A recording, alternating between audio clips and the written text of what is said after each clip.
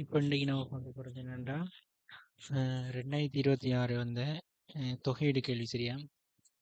இந்த கேள்வி வளமையாக வர மாதிரி அதே மாதிரி இருக்கு. ஆனால் ஒன்று ரெண்டு ட்ரிக்ஸ், அதாவது தெரியும் தானே.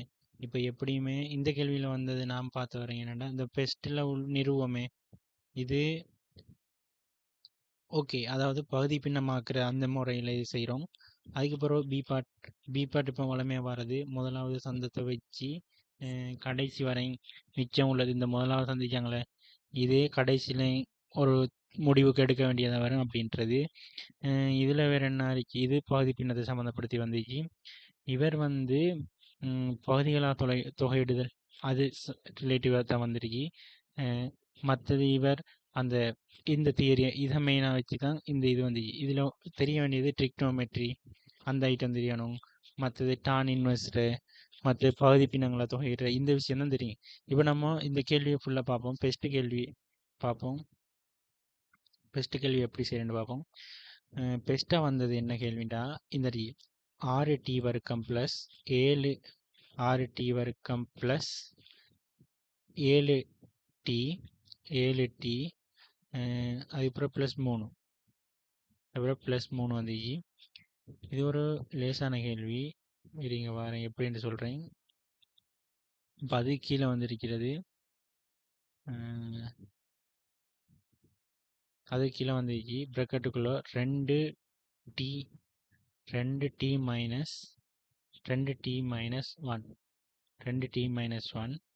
அதுக்கப்புறம் அடுத்த ப்ராக்கெட்டுக்குள்ளே வந்துச்சு 4t வர்க்கம் ப்ளஸ் 4t ப்ளஸ் 5.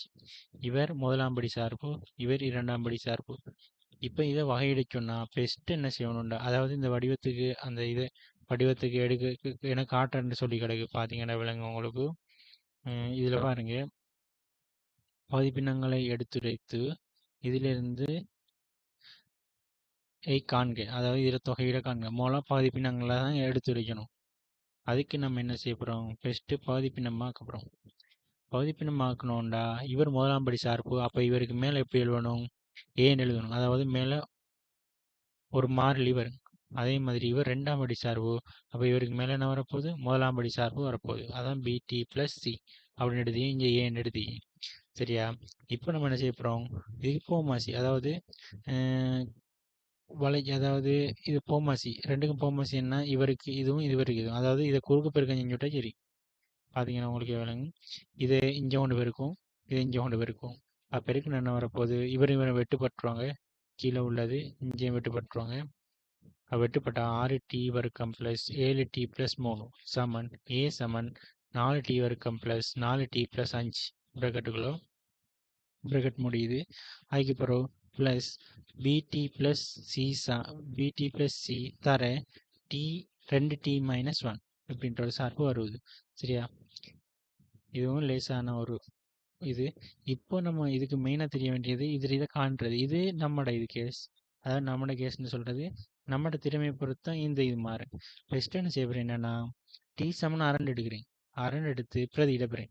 ஏன்னா நான் இப்போ ஏபி எல்லாம் மாறலி தானே, இந்த மாறிலாம் காணணுமே, அதை கொண்டு பிரதிட்டேன்னா 6 ப்ராக்கெட்டுக்குள்ளே 1/4, அதாவது 1/4 ப்ளஸ் 7 தர 1/2, அதாவது இங்கே கொண்டு பிரதிடுறேன். இந்த இதில் கொண்டு பிரதிடுறேன். வச்சுக்கலாம். 5 பிரதிட்டேன்டா 3 சமன் ஏ 4 ப்ராக்கெட்டுக்குள்ள 1/4 ப்ளஸ் 1/2 ப்ளஸ் 5.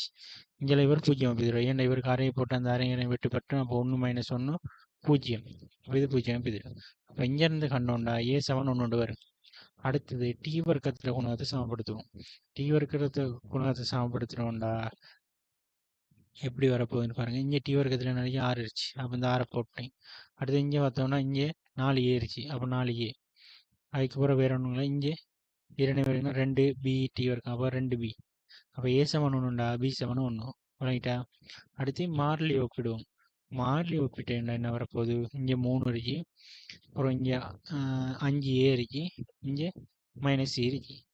அப்போ ஏ சமன் 1 தெரியும், பிரதிட்டோம்னா சி சமன் 2.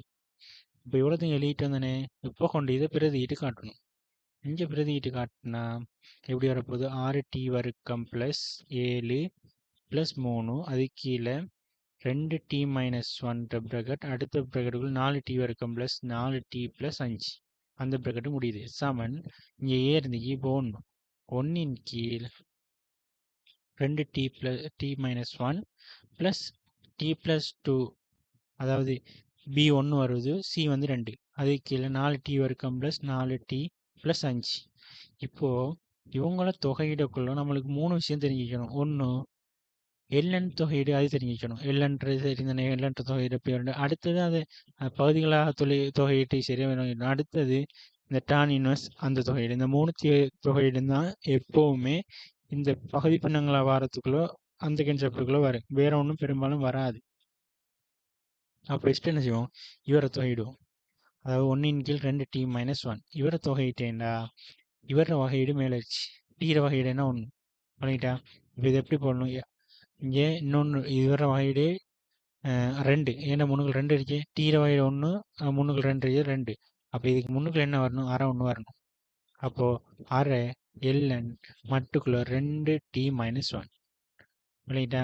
அடுத்தது என்ன செய்யப்படுறேன்டா, அவராக தான் முடிஞ்சு. இப்போ எனக்கு இன்னொன்று எதிரிச்சு, இதுக்கு என்ன செய்யணும், மேலே இவர வகையீடு வந்துச்சுன்னா இல்லைன்னா போடலாம். இப்போ இவர வகையீடு நம்ம ஃபஸ்ட்டு கண்டு வைப்போம். இப்போ